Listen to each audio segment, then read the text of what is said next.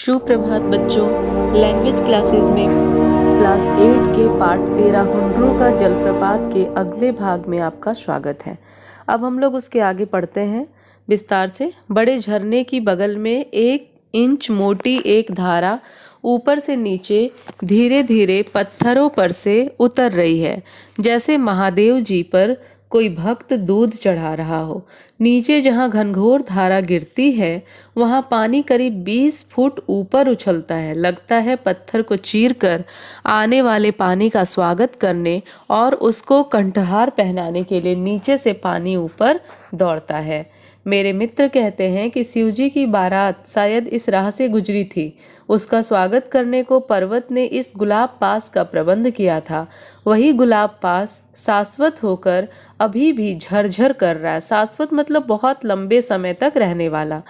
स्वयं झरने से भी ज्यादा खूबसूरत मालूम होता है। झरने के आगे की घाटी का दृश्य, पहाड़ों के बीच एक पतली सी नदी बहती जाती है, जैसे थर्मामीटर में एक पतला पारा हो। थर्मामीटर आप लोगों ने देखा होगा, उसमें जो बीच में एक पारा होता है, उसी तरह से वो पहाड़ों के बीच पतली सी नदी बहती थी। आगे भी एक पहाड़ मालूम होता है। ज्ञात होता है पहाड़ नदी को ललकार रहा है कि यहाँ से तुम किसी प्रकार पार होकर मेरे आगे जा सको तो जानो। यहाँ पर नदी यूं दिखाई देती है जैसे नदी के इर्द गिर्द पत्थरों का अंबार लगाकर उस पर झाड़ी उगाई गई हो। प्रकृति या परमात्मा ने अपने हाथ से यह सब किया होगा, अन्यथा मनुष्य जाति में इतनी सामर्थ्य कहाँ। सैकड़ों वर्षों में भी मानव के प्रयत्नों से शोभा के इस विशाल वैभव की सृष्टि कठिन है। पहाड़ के ऊपर से एक पतली सी पगडंडी नीचे गई है और उसके सहारे हम भी कई बार नीचे गए हैं। नीचे जाकर हम अनिमेष कुछ देर तक इस शोभा से अपनी आंखों की प्यास बुझाते हैं। यह शोभा, यह छटा और यह दृश्य, यह इतना बड़ा प्रपात जहाँ 243 फुट से पानी नीचे गिरता है, बीच बीच में चट्टानों की वजह से हुंडरू की शोभा बिखर जाती है। पानी कुछ पीलापन लिए हुए है और यूं सरसराता हरहराता गिरता है कि कुछ भयंकर मालूम पड़ता है। जोनहों में जो पानी गिरता है वह बिल्कुल सफेद है और यह भयंकरता भी उसमें नहीं है। वह माधुर्य और कोमलता से ओत-प्रोत जान पड़ता है। यहाँ का पानी निरंतर संघर्ष के साथ चट्टान पर गिरता हुआ मानो आगे की सृष्टि करता है, जिसका धुआं बार बार ऊपर उड़ता रहता है। हुंडरू का पानी कहीं सांप की तरह चक्कर काटता है, कहीं हिरन की तरह छलांग भरता है और कहीं बाघ की तरह गरजता हुआ नीचे गिरता है।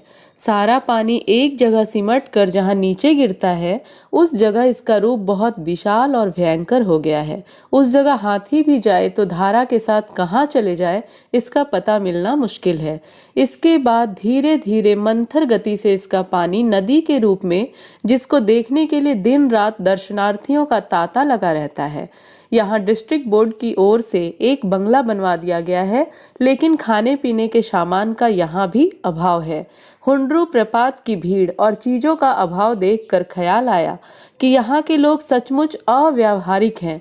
अगर किसी दूसरी जगह में ऐसा झरना होता तो वहाँ के लोग इसके पास दुकान वगैरह सजाकर अपने लिए आए और दूसरों के लिए सुविधा की व्यवस्था कर देते। कहने का मतलब कि हुंडरू का जलप्रपात के आसपास साधन की कमी है। वहां जाने के बाद भी खाने पीने के सामान का अभाव रहता है, जिससे दर्शनार्थियों को, जो यहाँ दर्शन करने आते हैं, उनको परेशानियों का सामना करना पड़ता है। स्वर लहरी और किस प्रेम की रुदन ध्वनि से पिघल कर यह पाषाण बह रहा है, यह कह सकना असंभव है। पत्थर का अंतःस्थल जैसे पिघल कर बह रहा है, वैसे यदि मनुष्यों का अंतर द्रवित होकर बहने लगता तो संसार से कलह, कपट, स्वार्थ और छीना झपटी का अंत हो जाता। कहने का मतलब कि बहुत ही निस्वार्थ, निष्कपट भाव से वह नदी का धारा बहती है। यहाँ 2 तरह के पत्थर देखने में आए। एक वह पत्थर है जिसका अंतर फोड़कर विशाल झरना झर रहा है और वह भी एक पत्थर है जिस पर न जाने किस युग से पानी की यह धारा गिर रही है, पर वह जरा भी विचलित नहीं होता, ज्यों का त्यों खड़ा रहता है, घिसता भी नहीं, धंसता भी नहीं और खिसकता भी नहीं। 243 फुट का यह प्रपात निराला है।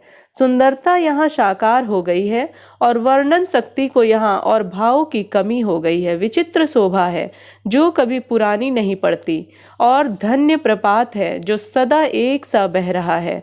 अविरल और अविचल दोनों का उदाहरण यहाँ एक बार में ही उपस्थित है। दानी दान करता है तो गुमान करता है, पर युग युग से न जाने कितना पानी यह पहाड़ दान कर चुका है, पर इसको कोई अभिमान नहीं है। नदी जो है वो बिना घमंड किए अपने तेज रफ्तार में, कभी मंद रफ्तार में अपनी एक दिशा की ओर बहती रहती है। अंधे आवाज सुन ले तो प्रवाह का अंदाजा लगा ले और बहरे प्रवाह देख ले तो आवाज का अंदाजा लगा ले। समुद्र गंभीरता के लिए प्रसिद्ध है तो यह हुंड्रू अपनी चपलता के चलते मशहूर है। किंवदंती यह है कि इस हुंड्रू से 7 मील पर कुछ लोगों ने एक प्रपात देखा है जो इससे कई गुना बड़ा है, पर वहां जाने का रास्ता इतना बीहड़, घनघोर और भयंकर है कि जंगल के उस भाग में पहुंच सकना दुश्वार है। अगर बात सही है तो जंगल विभाग को उसका ठीक पता लगाकर वहां तक मार्ग का निर्माण कर देना चाहिए, जिससे वह प्रपात भी जनता के सामने आ सके। जो भी हो, हुंड्रू दर्शनीय है, इसकी याद भूलने की नहीं। कितने दिन गुजर गए लेकिन पानी आंखों के सामने उसी प्रकार उछल कूद मचा रहा है। तो प्रस्तुत पाठ में झारखंड की प्राकृतिक सुंदरता का बड़ा ही मनोहर चित्रण किया गया है।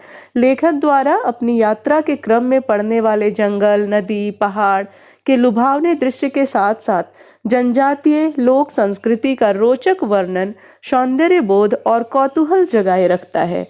यह यात्रा वृतांत जब लिखा गया था तब झारखंड एक अलग राज्य नहीं बना था। वर्तमान में परिस्थितियां बदल गई है, मगर इस यात्रा संस्मरण से हमें पूर्व में मौजूद यहाँ के वातावरण एवं परिस्थितियों का पता चलता है। यहाँ छोटा नागपुर शब्द का आशय वर्तमान झारखंड है। धन्यवाद बच्चों।